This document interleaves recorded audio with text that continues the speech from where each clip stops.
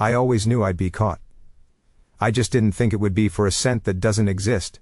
The night over the city is a lid of smoked glass, pressed down by the weight of corporate constellations and their blinking red stars. Drones. They skim the edges of rooftops, stitch light across alley arteries. Read the breath off your lips if you inhale too sharply. I keep mine even.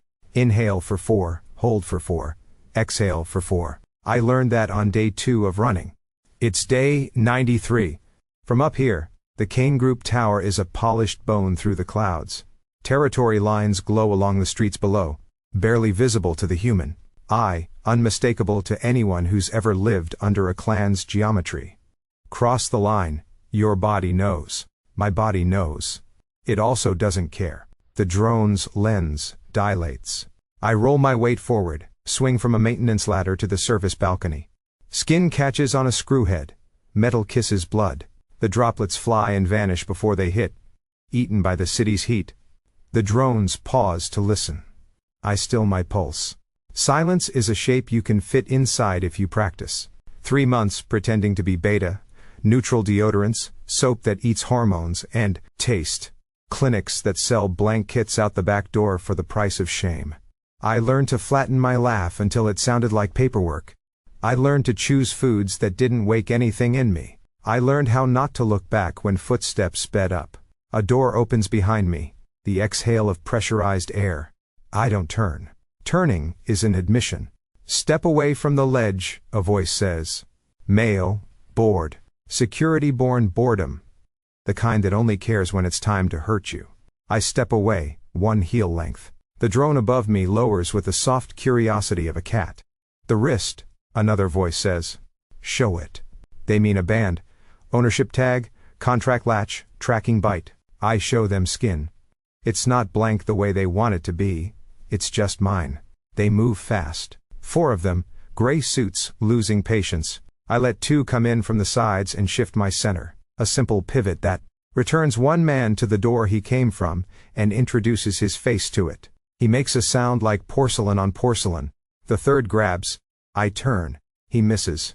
The 4th learns about leverage the way children learn about stoves. For a bitter second, I think I might make it off this floor. For a bitterer second, I hear the 2nd door open. Different air walks in. Colder, drier, filtered twice. The gray suits hush, without being told. The drones lean. My spine interprets the temperature drop before my brain does. Enough, that 2nd air says. The word isn't raised. It doesn't have to be. I face him because there's no advantage in pretending I won't. He wears a dark graphite suit, the sort that knows exactly where your eye should go and sends it there. High shoulders, lean line, hands that belong to a musician or a surgeon, and would apologize for neither. His hair is black, more practical than vain, his face carved by reputable decisions.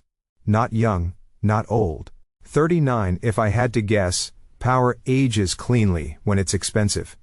He looks at me once, and my instincts make a mess of themselves, pawing the ground. For a scent that isn't there. Swearing they can feel heat where there's only night. Ezra Kane. I don't need the suits to whisper the name to know it.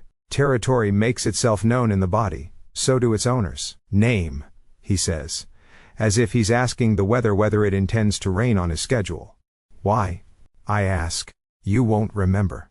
He studies my face. Like a file he's deciding whether to archive or feed to a shredder. His eyes aren't steel like the magazines say. There's something harder.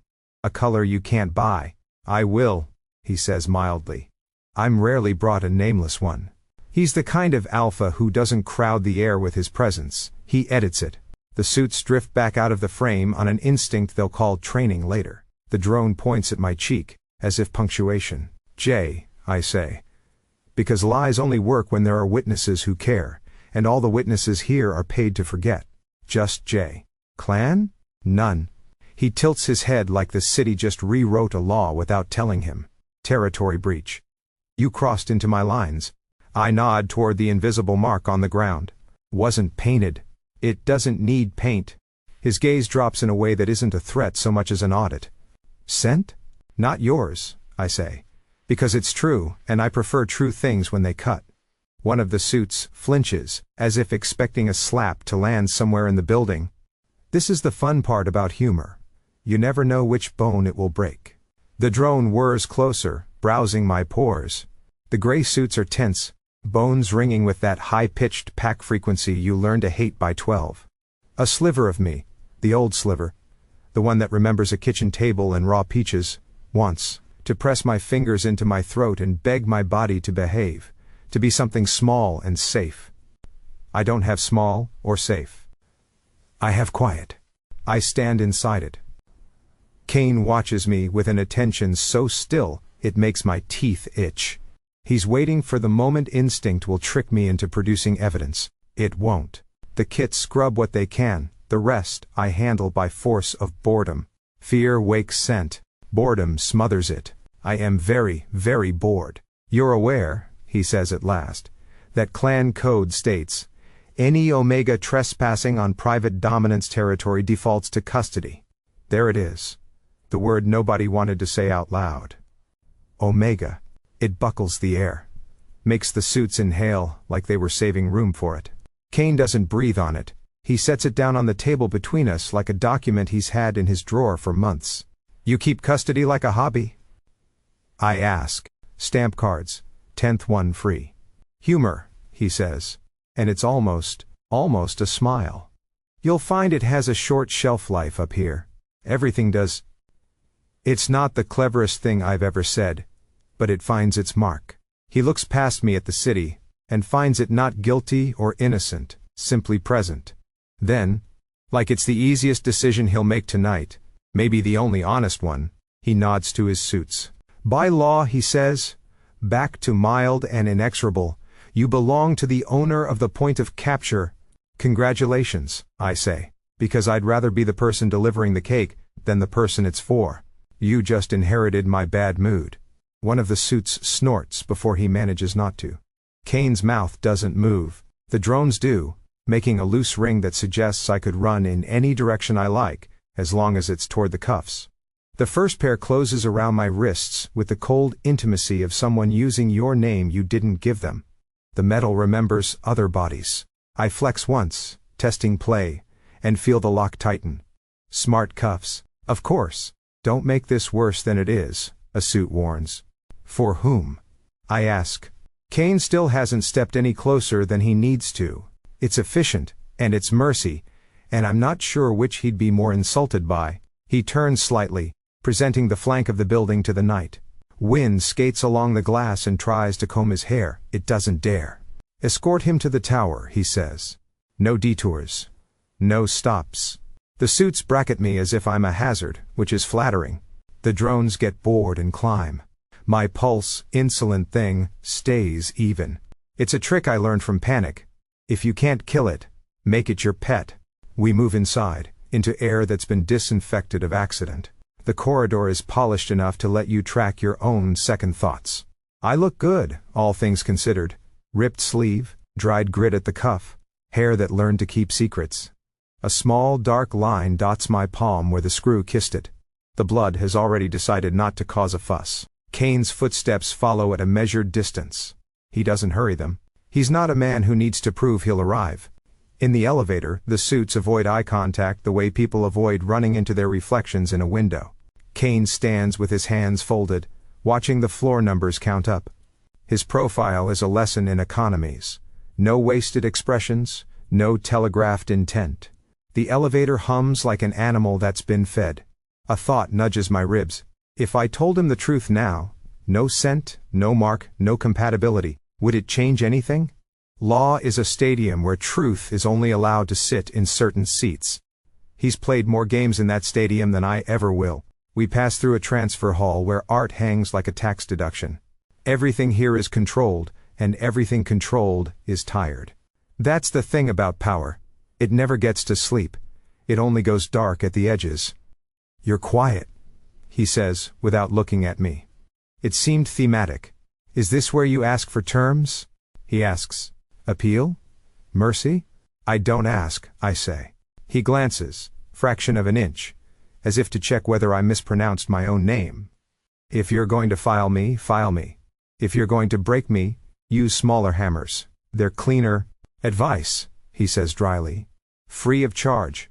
We reach the docking level. A transport waits. Black glass, engines soft as a cat purring to itself. The suits guide me in with the kind of politeness that says they've been told to keep my bones unbruised. I sit because there's no virtue in standing for people who don't notice. Through the tinted window, the city reassembles itself into shapes it thinks I can tolerate. Kane pauses by the door before he gets in. Streetlight outlines him for a heartbeat. Just a man in a suit, in a city full of men in suits. And then refuses to flatten him. He seats himself across from me. Not next to. Good. I don't like next to yet. What will you do with me? I ask, because someone has to set the questions down so the answers have somewhere to go. His gaze meets mine without weight. That depends. On what? On whether you insist on pretending to be something you're not. He holds my eyes until the air clicks, then adds, almost conversationally. And on whether I can afford to be curious this week. The vehicle lifts, steps off the curb of the world, and glides. The cuffs press into bone. A quiet ache that the body translates as memory. My reflection in the window stares back, mouth firmed into an expression that avoids pity by 1 degree. Eyes that don't know how to say please. I could have run longer. I could have chosen another tower to steal air from. I could have remembered that hunger is a better leash than law. Maybe I wanted to see what happens when the wolf stops pretending he doesn't hear the other wolves singing. The city's arteries thin as we rise. The tower ahead is a needle being threaded through cloud. My pulse stays steady. Fear licks at the door and finds it locked. If I die, I think, and the thought is neat as a folded shirt, I'll do it pretty. But I'm not putting on a collar for the occasion. The inner floors of Kane Tower don't breathe so much as circulate. Air moves like it's been interviewed and hired, cold, polished, smelling faintly of ozone and coffee. The hallways are lit to flatter glass and indict fingerprints. A concierge interface blinks a soft hotel blue welcome at no one in particular. If a lobby could say "don't touch," this one would print it on the back of your eyelids. They take me through a corridor where the walls are matte aquarium panes. Behind them, not fish, but curated views. Looped skylines, time-lapse traffic, a thunderstorm on permanent hold. The suites beyond are immaculate boxes staged by a person who has never stood barefoot on a kitchen tile at 2 a.m. There are no flowers, no plants, not even a bowl of fruit trying its best. It's a museum of usefulness. Whatever is alive in here is paid to be. Registration is an open bay with a medical appetite. White counters, black screens, devices that look like they could weigh a soul. The techs wear patient smiles and impatient hands. They do not look at me so much as through me. Until the first scanner fails to sing. Again, the lead says, "She's neat, efficient. The sort of woman who would rethread a needle during an earthquake." They roll a sensor along the slope of my neck.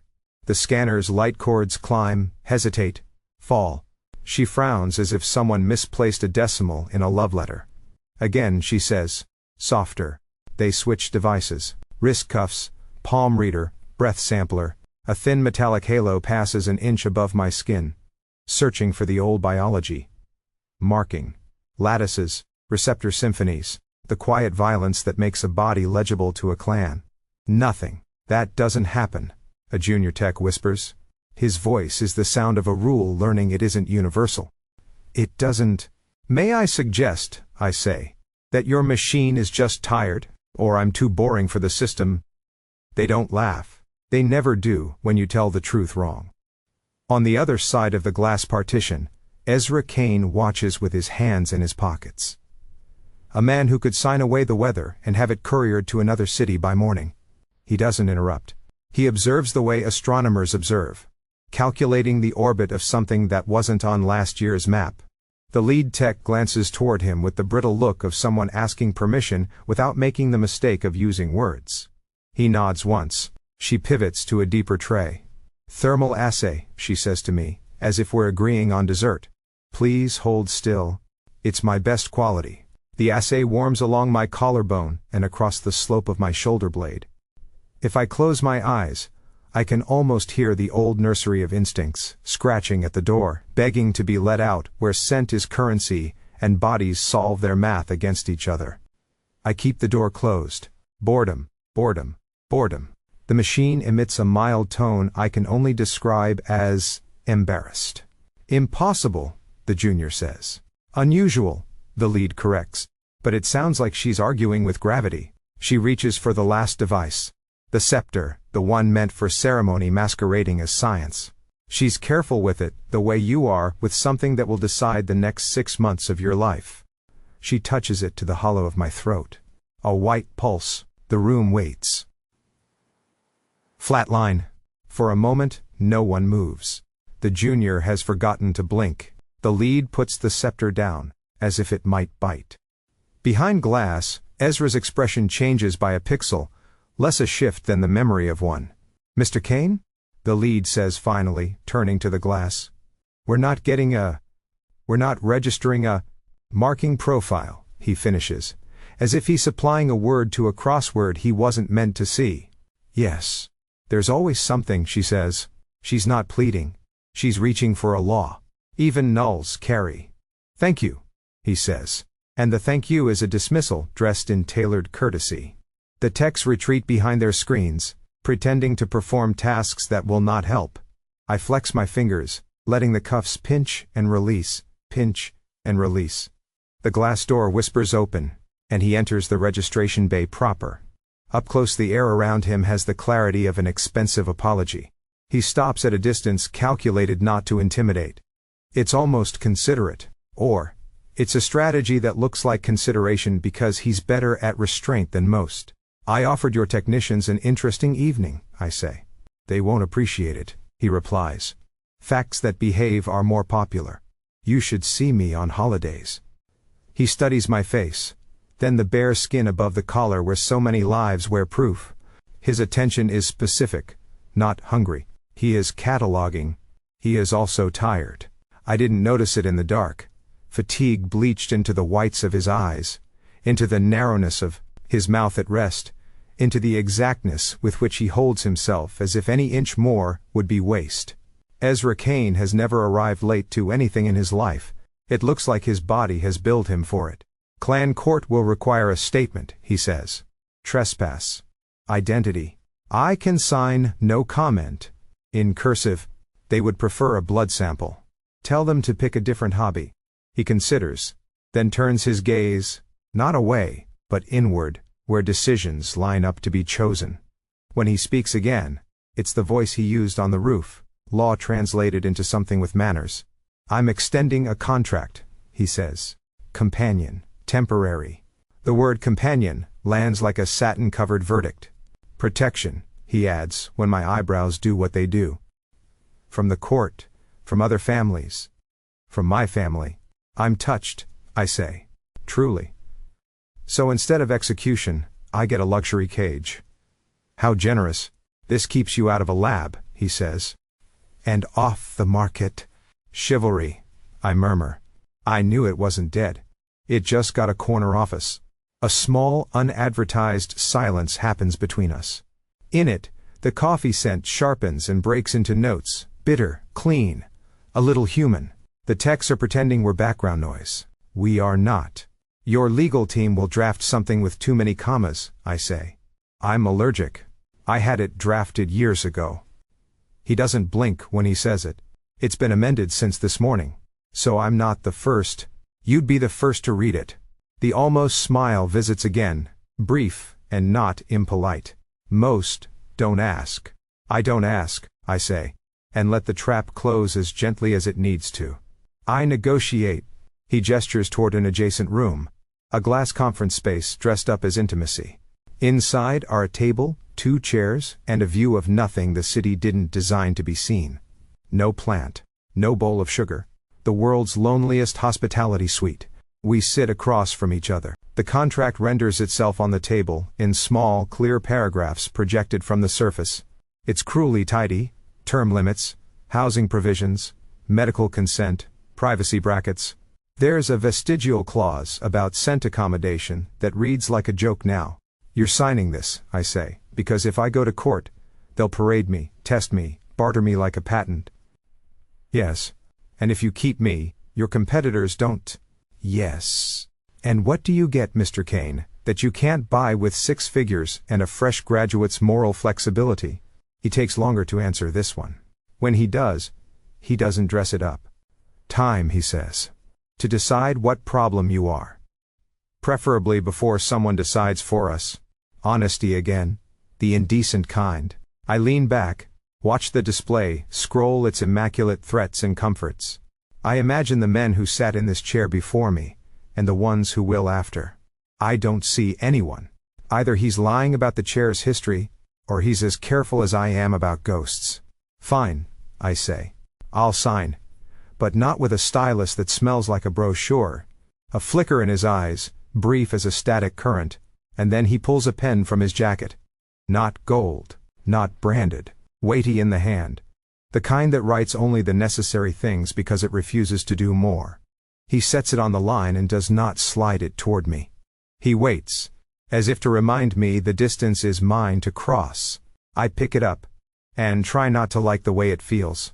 If I'm making a deal with the devil, I say, I might as well use an expensive pen. Contrary to rumor, he says, devils prefer pencils. Easier to edit. I sign. There's a small sound, paper pretending it matters, and I imagine something somewhere changing its color from red to green. The table flashes consent. The room decides to remember me. We sit with it for a moment. No relief rushes in, nothing releases. That's the problem with contracts. They fix things in place. Sometimes you only notice what they fixed when you try to move. Outside the glass, one of the aquarium walls displays rain skimming a highway at midnight. Cars pass, like thoughts people didn't say out loud. The coffee scent returns, softer. Like the room has decided it will forgive us. You can consider this a prison, if it helps, he says, rising. He doesn't offer a hand. He doesn't look away. But it's safer than the street. I stand too, the cuffs now a polite bracelet that forgot its manners. I didn't run this far, I tell him, to feel safe. Something in his face alters, very slightly, the way a lock responds when you fit the key that wasn't cut for it. Not approval. Not annoyance. A kind of recognition, tired and clean. On the way out, we pass a sitting area curated for interviews, an art book about art. Books, a table that doesn't want mugs on it, a couch no one has laid down on wrong. He doesn't pause, neither do I. Our reflections align in the glass for a step, and then separate. Two people walking in parallel cages.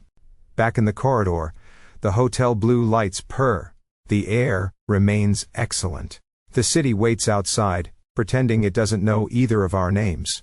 As we enter the lift, I glance sideways at him. The controlled slope of his shoulders, the precise set of his jaw. Everyone calls men like him steel. Up close, steel is too romantic. What he wears is mileage. Lines the color of stubborn summer around the eyes. A man who has never learned to be held by anything he didn't build himself. The doors close. In the thin mirror of polished steel, I catch my own gaze. Steady, unkind, alive. I tell my pulse the same thing I told it last night, and the night before, and every night for 3 months. Stay boring. Survive interesting later. Kane Tower breathes power, the way living things breathe air. It's in the sealed hush of the elevators, in the way conversations shorten when he steps onto a floor, in the small, trained silences people make when they hear his footsteps and decide their thoughts are suddenly unimportant. Even the carpets recognize their owner, the fibers lying flatter under his weight, then springing up again when he's passed as if grateful. The Omega suites are a row of tidy, expensive dignities, private kitchens that no one uses, couches that look like they would apologize if you sat on them wrong, bathrooms meant for photos rather than steam. Each door bears a soft, glowing sigil, a scent identifier, unique and affectionate as a monogram. The lights under those sigils warm when their owners come near, blooming into color like a heartbeat made visible. My door shows nothing, just a rectangle of tasteful black glass with my assigned number, and the impersonal welcome of a hotel that expects to be tipped. Housekeeping, if we're calling a system of contracted attendance and non-invasive surveillance housekeeping, has left a tray of vitamins and 3 bottles of designer water that claim to be good for clarity. I drink the tap. It tastes like the building, efficient, moneyed, convinced of its own purity. In the mornings, The tower exhales schedules.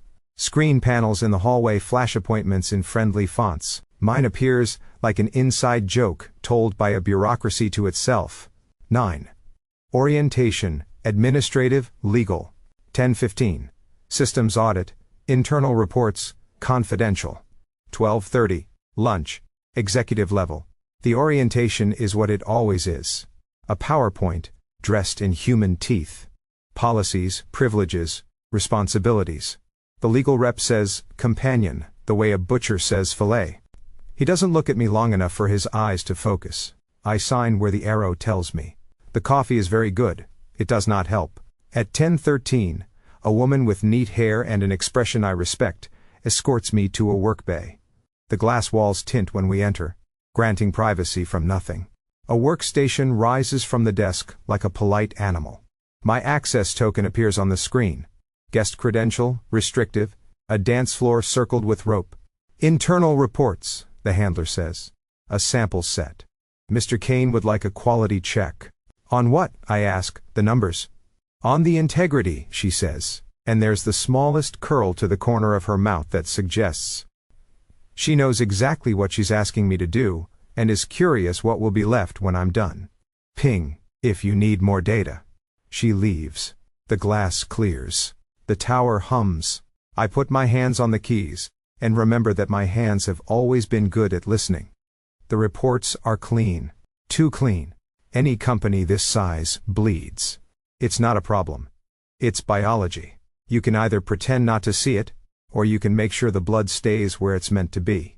Kane's people are tidy surgeons. The spreadsheet surfaces are polished so hard you could cut yourself on the reflection. I look under the surfaces. The breach path presents itself like a bored cat. Here I am. Pay attention to me, or I'll break something you care about. Whoever designed the internal monitoring system deserves a bonus. Whoever configured the exception alerts deserves a gentle demotion. I ease past the alarms, stroke the logs into telling me what they're paid to hide, and watch the company's nervous system light up across my screen. There. A cluster of late-night edits spun as reconciliations. A scheduler that keeps claiming maintenance while routing a duplicate stream. Someone has been bidding against Kane Group's smaller partners through a shell that looks like a loyal vendor. Not a disaster. Not yet. But rot is rot, even when it wears deodorant. Because I am petty, and because petty keeps my heart rate boring, I leave a message in a place a reasonable person would look but not right away. A digital post-it note attached to the permissions audit. If you want to spy, do it professionally. P.S. Your scheduler whistles when it lies. I patch the hole. I widen the monitor's field. I set up 3 quiet alarms that will only talk to me, and whatever system counts as him, if he cares to listen. When I'm done, 40 minutes have passed. It feels like brushing my teeth, like braiding a thought until it holds. The handler returns as the workbay's glass dims for the hour mark, like a chaperone who doesn't have to knock because she was always in the room. How was the sample? She asks. Polished, I say. Like a mirror you don't want anyone to touch. She glances at the screen, sees nothing but the tidy end state I left, and nods. Executive lunch. This way, the executive dining level is a calm ocean under artificial weather. No music, just cutlery strategies and shoes that learn to keep secrets. Tables spaced as if conversation were a fragrance you didn't want to mix with the wrong notes. The windows display a city pretending it's a screensaver. He's already there. Of course he is. Ezra sits at a table with his back half turned to the view, as if he's tired of making the skyline feel useful. A black folder lies at his right hand, a glass of still water at his left, obedient and untouched. He eats alone the way some men pray, economy, precision, no wasted gestures. I sit, when he indicates a chair. The waiter glides to a point near us, and becomes furniture. Reports? He says. Possessive, I say. His eyes lift. Pardon? You ask for a quality check, I say, palms on the table, as if to show I haven't stolen the silverware yet. They're very proud of being clean. They forgot to be honest. He doesn't sigh. Ezra doesn't do redundant noises. What did you do? Optimized. His mouth moves 0.5 millimeter, finding the appropriate label for what I am. You interfered. I vacuumed under the rug, I say. Found some crumbs. Left the rug. We're all civilized people. He sets down his cutlery, angles the knife to parallel the fork. It's such a precise line, such a private ritual. My chest goes hot for no good reason. What crumbs? He says. Simple as a finger tapping a glass to see if it's real. I give him the short version. Shell company. Collusive bids. Scheduler with a conscience that whistles when it should hum. The 3 alarms I turned on, the 2 I turned off, and the 1 I replaced. With something that will sing to me, because I made it a home. There's a pause at the end of the report, the kind the room notices, even if it doesn't know why. The waiter does a slow orbit, taking our temperature like a good planet. Jay? Ezra says. And it's the first time he says my name as if it belongs where it is. There is a process. I respected it. I say. I asked it out to dinner. I paid the bill. I walked it home. You are... The word hangs like a coat he hasn't decided to try on. Provoking. You're too easy to provoke. He looks at me fully. No glass between us, no legal screens. Just the weight of a gaze used to moving freight. Something unpracticed lives under the tired, surprise, or a memory of it. Most people, he says eventually, avoid stepping on my nerves. Most people can smell you, I say. They know what you'll do when they do. And you don't. I know what you'll try to do, I say. And smile, because it keeps my mouth from saying stupid affectionate things like you look exhausted. You'll attempt to be reasonable. It's your kink. The waiter chooses this moment to place a plate in front of me, with the reverence of a coronation. It's food designed by geometry, grilled fish aligned with its lemon, greens disciplined into a neat oval. Ezra's plate is already half finished, because of course he eats quickly. Power learns to feed between fires. He returns to his lunch, cutting in precise bites as if he's timing his chewing to the seconds left in an afternoon that refuses to expand. I match him in the opposite direction, taking my time, not to be contrary, although yes, but because I am actually hungry, and the lemon is better when you wait a beat after you squeeze it. You even chew like a court order, I say, and see it land. Almost a smile. It comes to his mouth like a rumor, and lingers as if waiting for confirmation. He suppresses it because he's good at that. But the eyes betray him, a faint, unwilling warmth. The floor under the table registers it too, or maybe it's just the way the air calibrates to new data. Either way, I count it as a win. You left a message, he says after another exact bite. In the audit, only a helpful note. If you want to spy, do it professionally, he quotes. A dry recital. You signed it? I left my handwriting on the server, I say. You'll recognize it next time I scold you. A breath that is not quite a laugh leaves him. He drinks water finally. It looks like he's teaching himself to. We don't talk about the word omega. The room doesn't either. When the other companions pass with their handlers, beautiful, scented, wearing contracts like jewelry, they look at me, and then look away in confusion like a radio trying to tune a station that doesn't broadcast.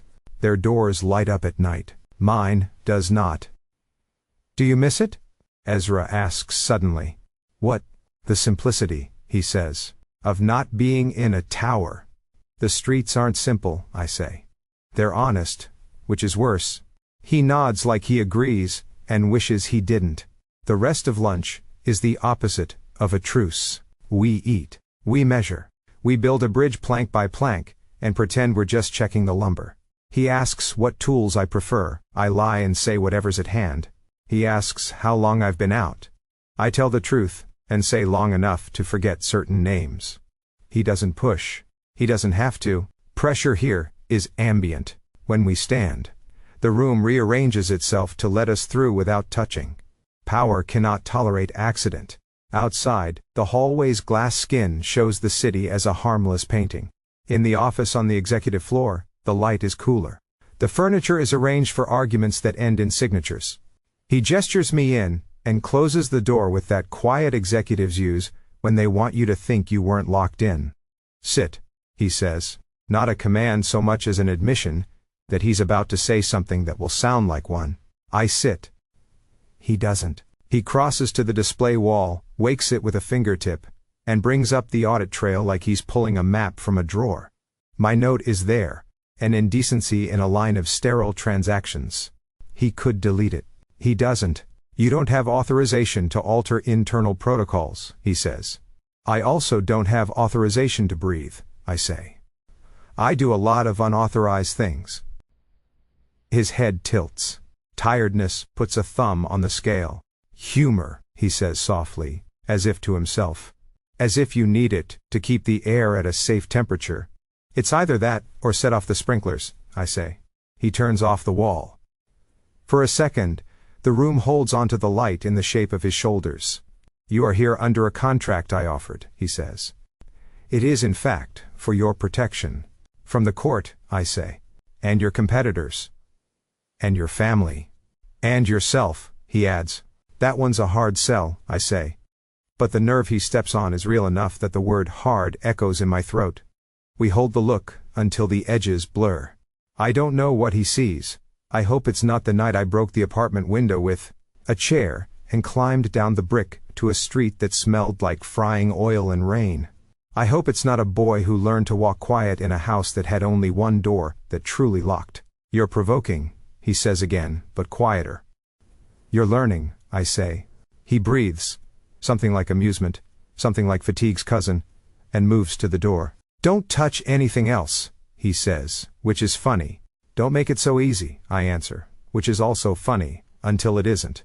He leaves me with the office, and its expensive discipline. My eyes follow the door longer than they should. The silence he takes with him changes shape as it goes, like a cat returning to the animal it was before it loved anybody. When the latch seals, the air moves.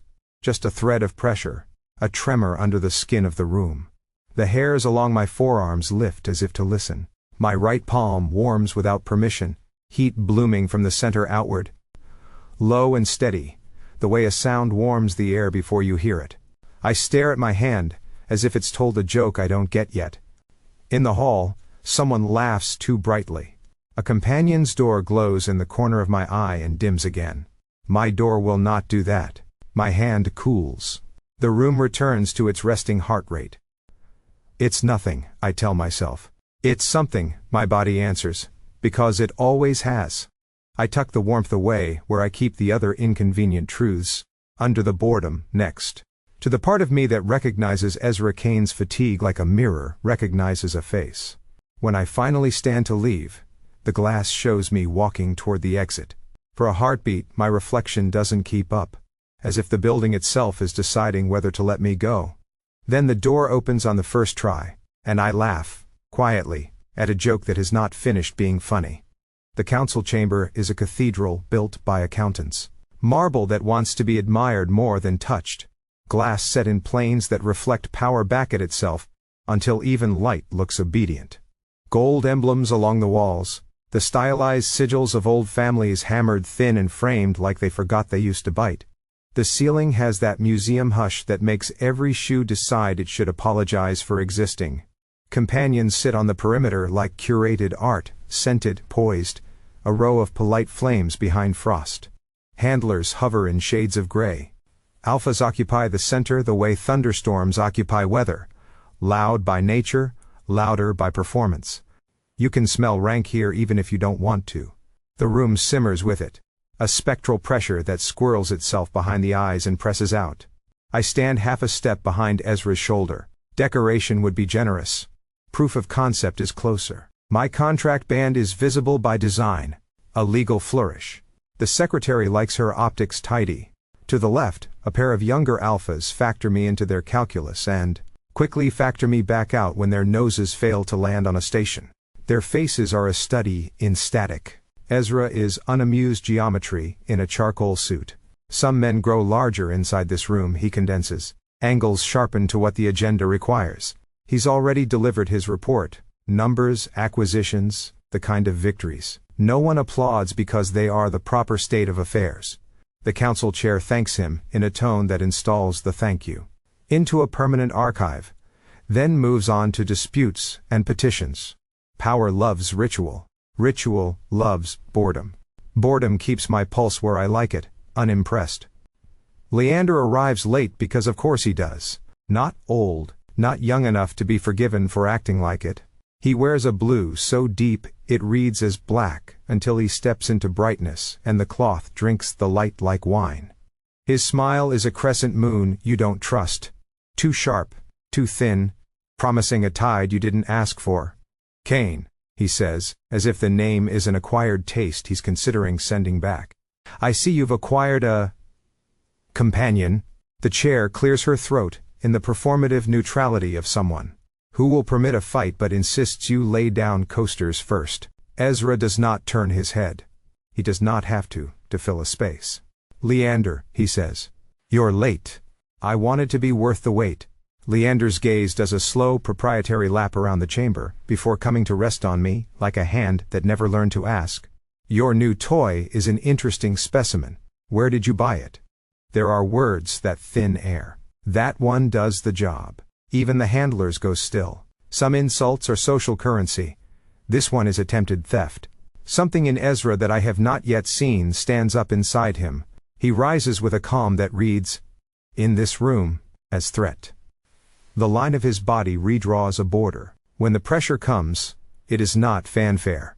It is weight. Alpha force isn't a scream, it's gravity choosing a direction. The room bows a degree without deciding to. Spines remember their curves, lungs recalculate the cost of breath. The companions on the perimeter look down because looking up would be too much like asking for a storm to notice them. The younger alphas back off the gas, eyes lowering in a choreography they didn't mean to rehearse. Leander's smile holds, to his credit. His pupils widen despite him. The glass in the emblems hums a fraction high. Ezra's control has always been an elegant machine. Today, a tooth slips. I don't think. My hand finds his wrist, because some clocks do not need telling. Skin to skin for the first time without paper or pen between us. His pulse lives under my fingers. Steady, then catching, then quiet. Imagine a switch inside a very large engine thrown by a whisper. The pressure folds, then dissolves into the marble like rain into stone. The air lifts its shoulders and remembers how to be air. The companions inhale in a collective minor chord. Someone drops a pen. It sounds indecently loud. Ezra looks down at my hand like it's a live wire he didn't know he owned. Shock, then calculation, then something I've only ever seen on faces in mirrors at 2 a.m. Fear that has a specific address. I take my hand back because there is no graceful way to continue touching a man who just remembered he could fall. Silence doesn't end. It reconfigures. People look away, in a flurry of politeness about nothing at all. The chair glances at a legal advisor, the way one glances at a map when a landmark moves. Leander recovers first, because men like him spend their lives practicing. He smiles wider, which improves nothing. Well, he says, voice an alley where knives live. That was instructive. This session will adhere to agenda, the chair says, crisp as paper cut. It isn't a request. It's the kind of command ritual permits when ritual senses it's being mocked. We adjourn in the way councils do. Not with closure, but with paperwork. A corridor swallows us whole. Ezra walks like he always walks, measured, unbothered, but the air next to him has developed an opinion. His jaw is too precise. His hand, the one I touched, flexes once, and then remembers it does not have the right to. The tests begin before we reach his floor. Not in public. Ezra doesn't audition. In a sealed med suite that smells as if the room itself were a sterile instrument, technicians assemble a procession of devices, with the reverence of priests laying out relics. The lead is the same efficient woman from registration, her mouth set to professional, even as her eyes confess to curiosity she won't file. We need to establish differential response, she says. And that sentence is a polite new hole in my day. I sit on a table that disagrees with softness. Ezra stands at a measured remove. A heart rate monitor draws a neat line pretending a human fits inside a graph. The lead directs me to place my hand on his wrist again. He offers it without looking at me. Eyes on the far wall where a display waits to judge us both. Skin, pulse, contact. Alpha markers drop on the screen as if someone pulled the plug on a boast. The baselines dip, pressure curves ease. A cluster of hormones go from a midsummer heat map to late September. The silence, this time, is scientific. I can count the seconds it takes for Respect to replace confusion on their faces, then get escorted out because Respect rang the bell for liability. Again, the lead says. We do it again with minor variations. My palm against his sleeve, the effect reduces but persists. My voice, steady and unamused, giving him his name. A measurable shift. Me across the room, eyes on his, speaking in a tone I use on dogs who forgot they used to be wolves. A shift smaller but real. Proximity matters. Touch matters. Intent matters in ways the machines can't quantify, which makes the machines flustered. When the lead finally says I have enough, it lands like a reprieve. She gathers herself then. The council will require review. There will be recommendations. We all know recommendation is a sweet word that wants to grow up to be command.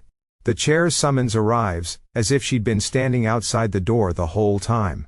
We reconvene in a smaller chamber, where gold has been replaced by glass too bored to reflect. Advisors line the wall. Law in their hands, like a knife they swear is a spoon. Mr. Kane, the chair says, the council notes a significant physiological response to the presence of your companion.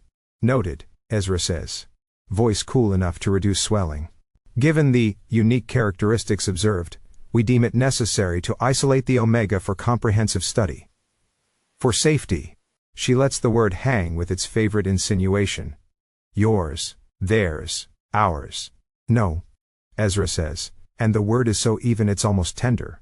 You do not have the authority to refuse a safety procedure, one advisor begins, and Ezra slices him politely. I have the liability, he says, and custody. He does not leave my protection. Leander leans back in his chair with the satisfied attention of a man who has just discovered a new pressure point.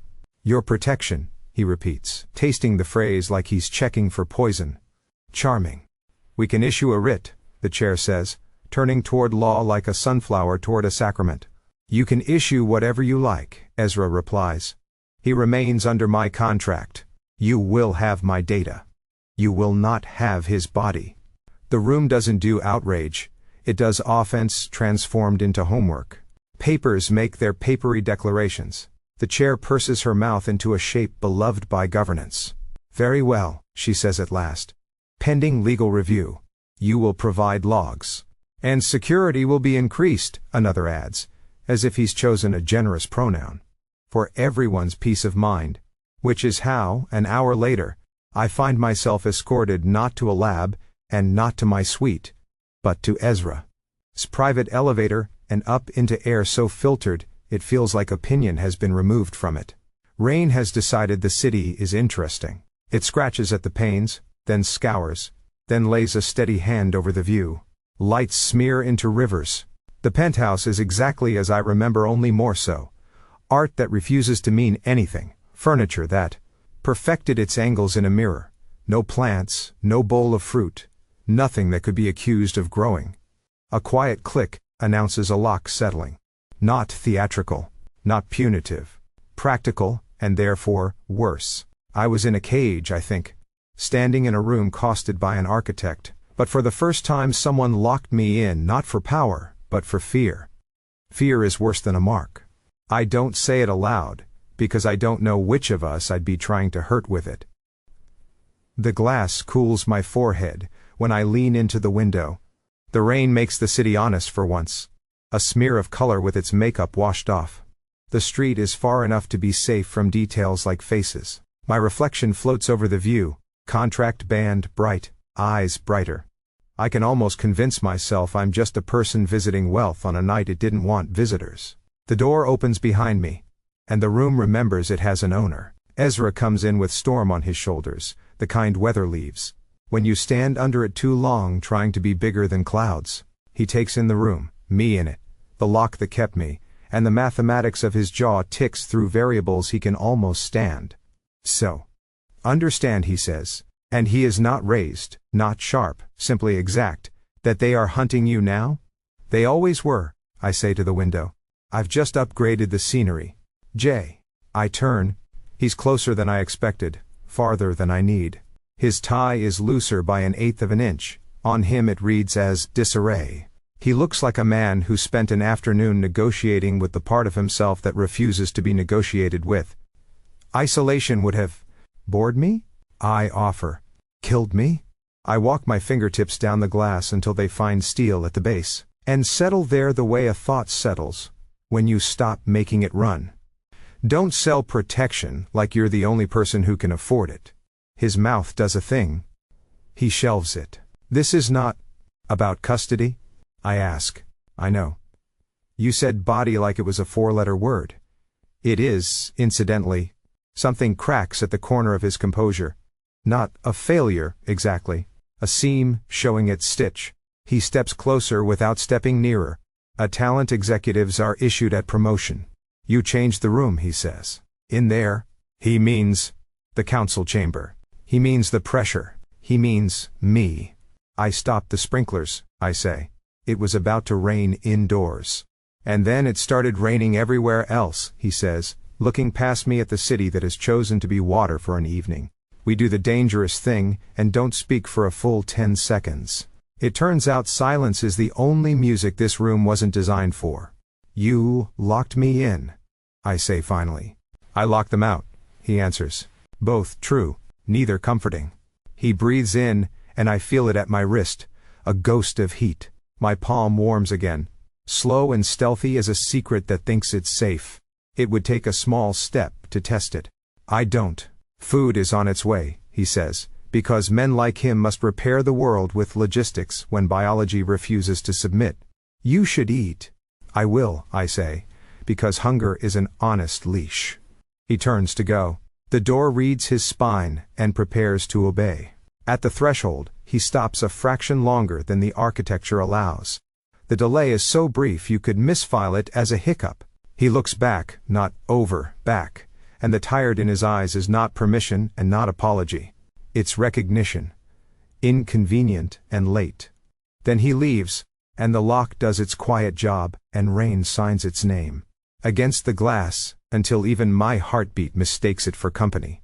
Night in the tower forgets how to be dark. It dims itself into something curated.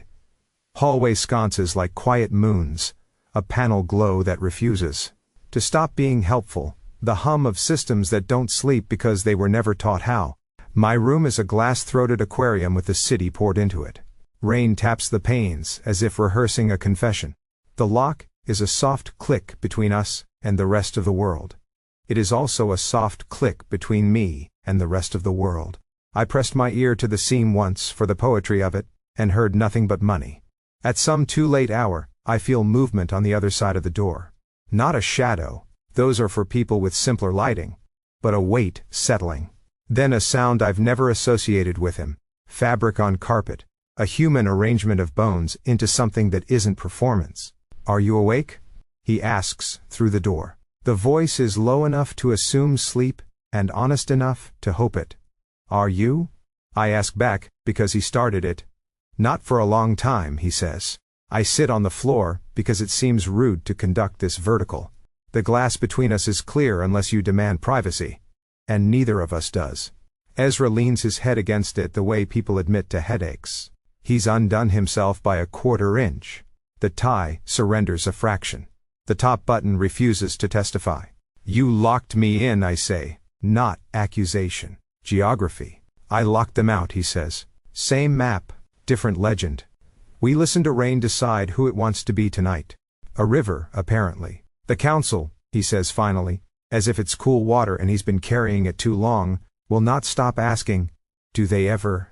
It isn't a question. My body is overclocked, he says, picking a word that won't set off alarms. Chronic surges. Years. The implant manages thresholds. Lately it has been insufficient. I picture the machine under his skin doing its crisp best, a good bureaucrat facing a riot. So, you bought a second regulator, I say, and I don't hold his gaze because sometimes the truth is kindest when you deliver it to the side of someone's face. He takes it. He always does. I offered a contract, he says, precise as a ledger, to keep you alive. And to keep me from making mistakes I can no longer afford. Men like you don't make mistakes, I say. You outsource them. A breath that isn't quite a laugh fogs the glass at the edge of his mouth. He rubs it away with his sleeve, as if the window might mind. On the council floor he goes on. I felt it go, the control. Not a choice, an event, and then...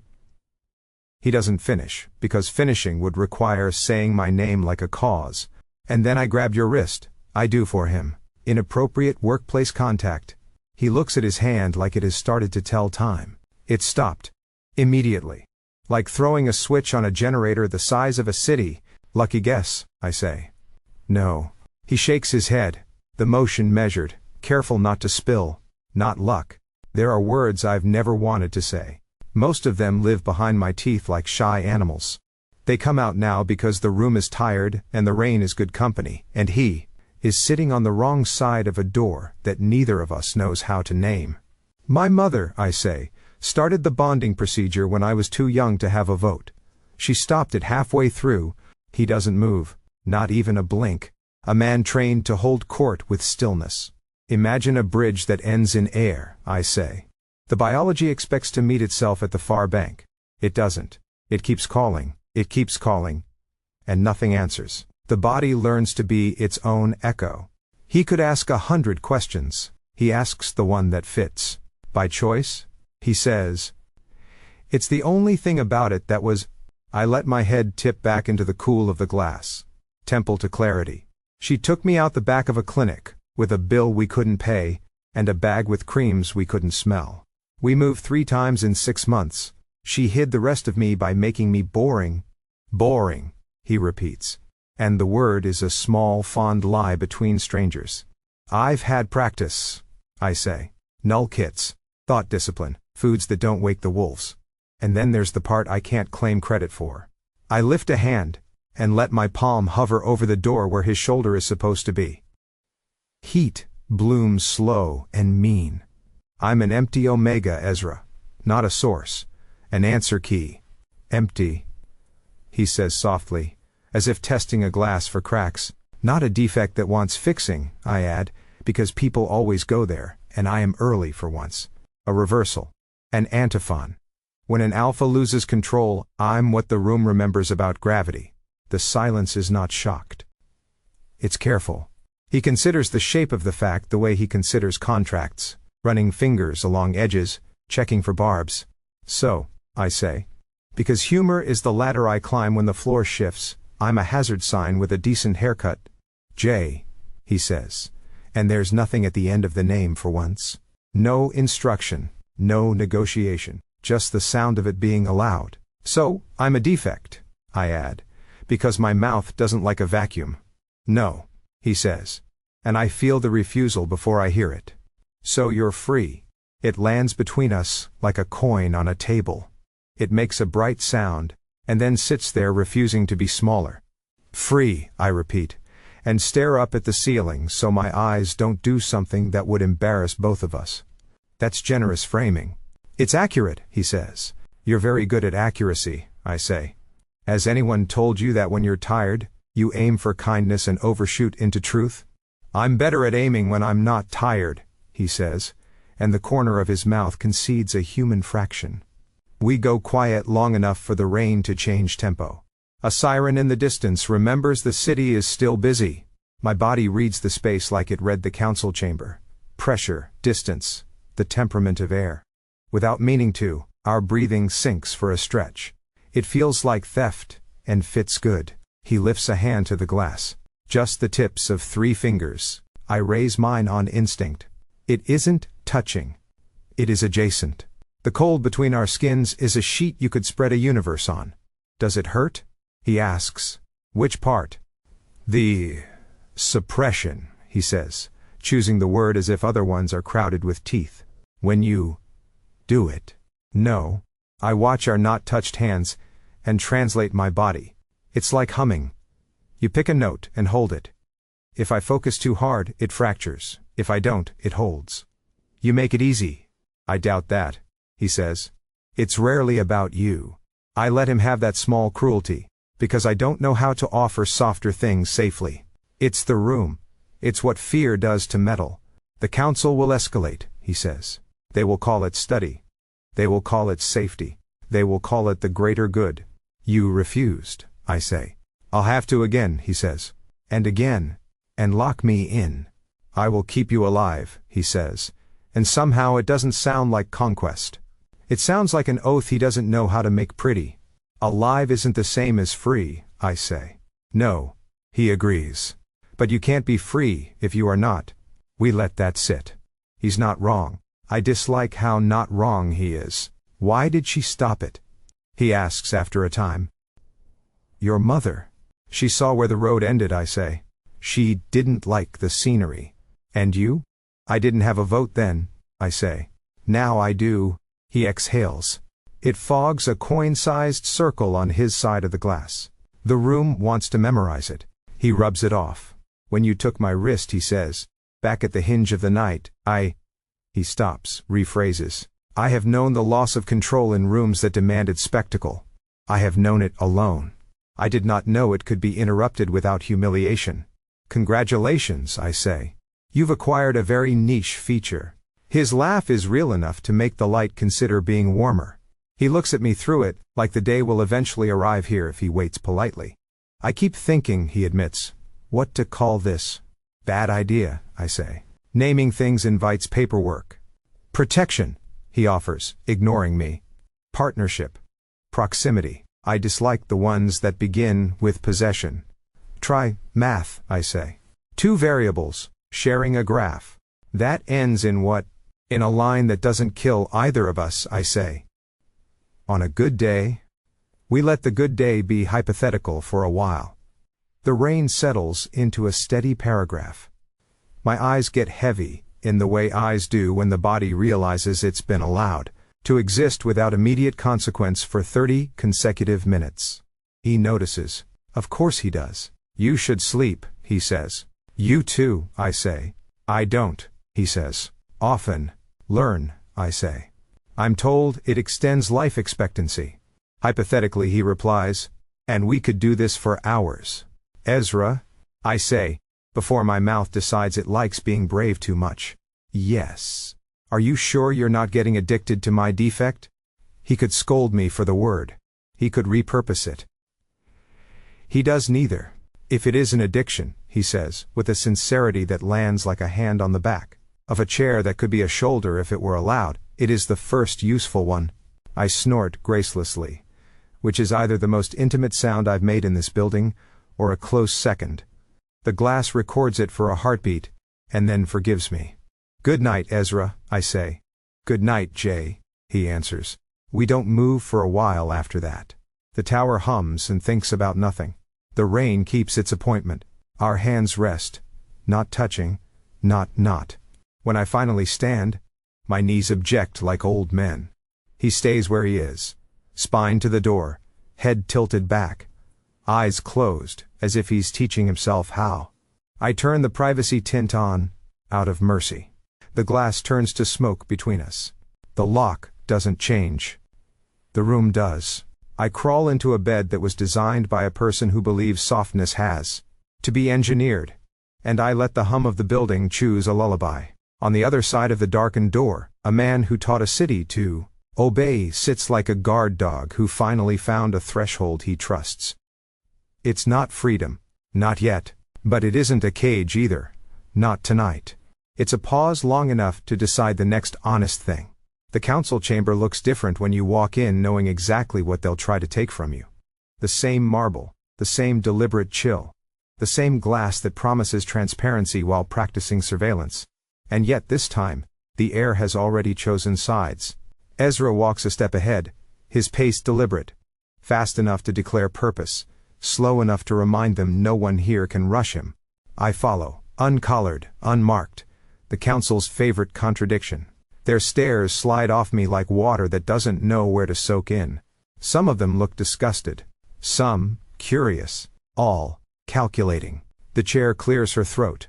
A sound designed to command oxygen. Mr. Kane, she says, the council has reviewed your refusal to comply. We now require an immediate dissolution of the contract. Ezra doesn't sit. He never does when it matters. I've considered your request, he says, tone as mild as the edge of a knife, and declined. Declined? The word ripples around the chamber like an insult that forgot its manners. Mr. Kane, another voice adds, the legal definition of companion requires ownership. You cannot redefine. I just did, he says. There's a pause. A vacuum shaped like disbelief. Ezra steps closer to the center. His reflection fractures across the walls. A dozen silhouettes of control refusing to apologize. He's not mine, he says, but I won't allow anyone else to pretend they can own him. A single line. A single fracture. The chamber breaks into quiet pandemonium. Papers shuffling, advisors whispering, an old patriarch muttering prayers to decorum. Leander laughs once, low and sharp. You've made him equal then? Ezra glances over, unbothered. No. He made himself equal. I'm only the first to admit it. The chair's voice sharpens like she's cutting through smoke. You understand the consequences of this statement? Yes, Ezra says. Freedom tends to have them. A silence swells. Power, faced with honesty, doesn't know where to look. I stand behind him, trying not to smile. I shouldn't feel proud, it's reckless, suicidal even. But something in me unfurls. For the first time, I am not standing in his shadow. I'm standing beside it.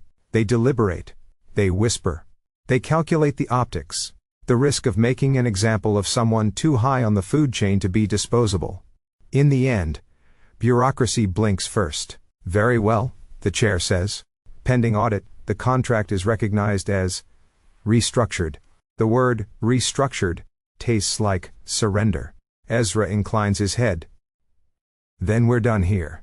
When we leave, the room doesn't breathe until we're gone. Outside, in the long hallway of gold and mirrored glass, I realize my pulse is doing something strange, racing, not from fear, from something warmer, sharper, embarrassingly alive. I stop to steady myself, and the air shifts. There it is. Faint. Impossible. A scent. Not synthetic or floral or the sterile signature of omega pheromones. Something quieter. Like rain that just started after a long drought. Clean, electric, unfinished. Ezra stops when I do, half turning.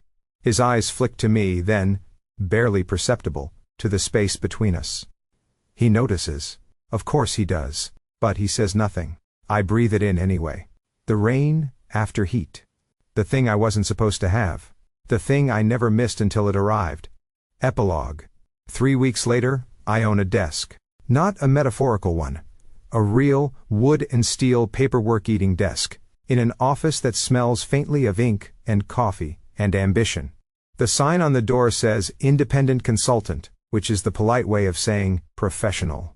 Problem solver for people who think they're smarter than their contracts. The clients are new money. Nervous alphas. Mid-tier betas. A handful of omegas who want to stop being decorative. It's a start. It's mine. The door chime sings before 9 a.m., and I don't need to look up. Only one person walks like his steps come with legal disclaimers. Ezra sets a coffee cup on the edge of my desk, black of course with his company logo, like he's incapable of buying anything without branding.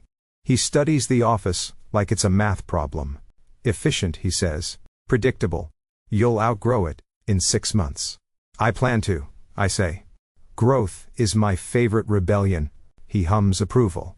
Then, casually, like he's asking about the weather, do you still insist you belong to no one? I look at the cup, then at him. Unless you've started counting the coffee as your property, I say, yes. That earns a laugh. The unguarded kind, the one that doesn't check for witnesses first. He sets the spare cup down, the one he brought for himself, and leans against the desk, too close, too deliberate. Careful, I say. This office has a strict no-dominance policy. Enforced by you? He asks. By my invoice rates. He smirks, the faintest fraction of amusement tempered by something softer. Noted. When he reaches for the empty coffee lid, his fingers brush mine. It's small. Accidental by design, deliberate by instinct. And just like before, the air trembles. The scent blooms between us. Quiet, clean, disobedient. Not alpha. Not omega. Something balanced. Something neither of us has a word for. He doesn't pull away. Neither do I. Looks like you're still malfunctioning, I say. Voice lower than I meant it to be. Or, evolving, he says. Depending on the marketing, the silence afterward isn't awkward. It's something alive. A negotiation that doesn't need language yet. He finally straightens, picking up his cup. I'll call next time, he says. You won't, I say. He smiles, the kind of smile that could end wars if it wanted to. True, when he leaves the air keeps the echo of him. The faint trace of rain, after, heat. The scent that started as mine and learned to belong to neither of us. I sit back, coffee warming my hands, city humming outside the window. Freedom doesn't smell like air. It smells like the one who stayed when you stopped being prey.